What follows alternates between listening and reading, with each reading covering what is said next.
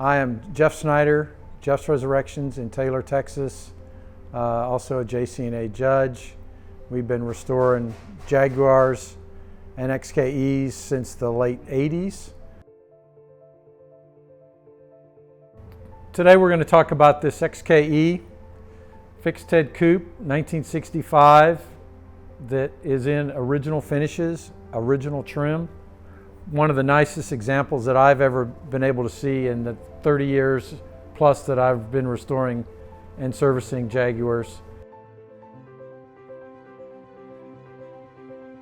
The car was originally delivered to Canada, but at one point in its life it was sent back to the UK, where Eagle upgraded it with some performance options to make it better suited for rallies and long-time driving. Some of the things that immediately impressed me with the car is that even though the car is sprayed in Opalescent Silver Grey, the headlight buckets, which we've always thought were Opalescent Silver Grey, in fact are.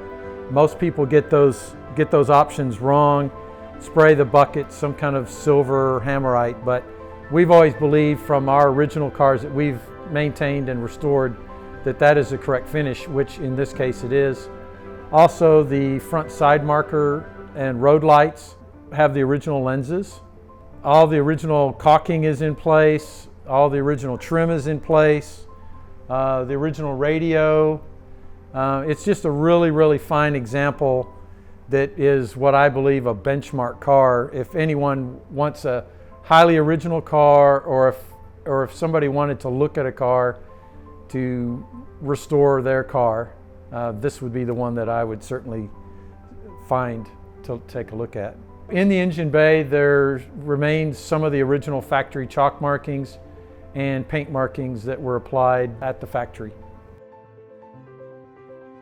The finish is what was striking on this car. These cars were sprayed by hand at the factory in enamel, and this car, from what we believe, retains its original enamel finish.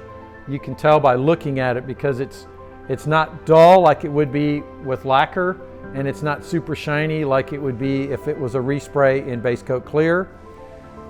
It has the slight modeling that an enamel finish would have, and the paint meters from anywhere from 3.5 to 7 mils, which means that this car has not had any paint work done. It's not a respray.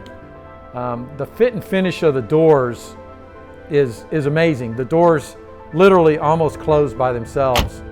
They fit so nice. The rubbers are well set. They appear to be the original rubbers. You can't tell anywhere on the car where a door has been off or a bolt-on panel has been off and on. Scrutinizing the finish, there has been a couple very minor touch-ups, but it's obvious that the car is still a 20,000 mile original car. And being, I'm assuming, from Canada, it spent a lot of time inside. This is probably why it's as well preserved as it is. With the interior, you can obviously tell it's original because a lot of the details that most people get wrong are all there. The leather is super soft, consistent with other interiors that we've seen with the texture. Original finish on the steering wheel, original finishes on the gauges. Just really, really nice condition, and you can tell that the interior's never been out of it. The interior even retains its original footrest, which is a really rare item to find in a car. On the driver's door, there's a service sticker from June 16th of 1968, where the car had 4,507 miles and was serviced in Toronto, Canada. Another cool feature of the car is the Sports Cars Unlimited badge on the rear where the car was originally purchased. This 65 fixed head is probably one of the best survivors that I've ever had an opportunity to review.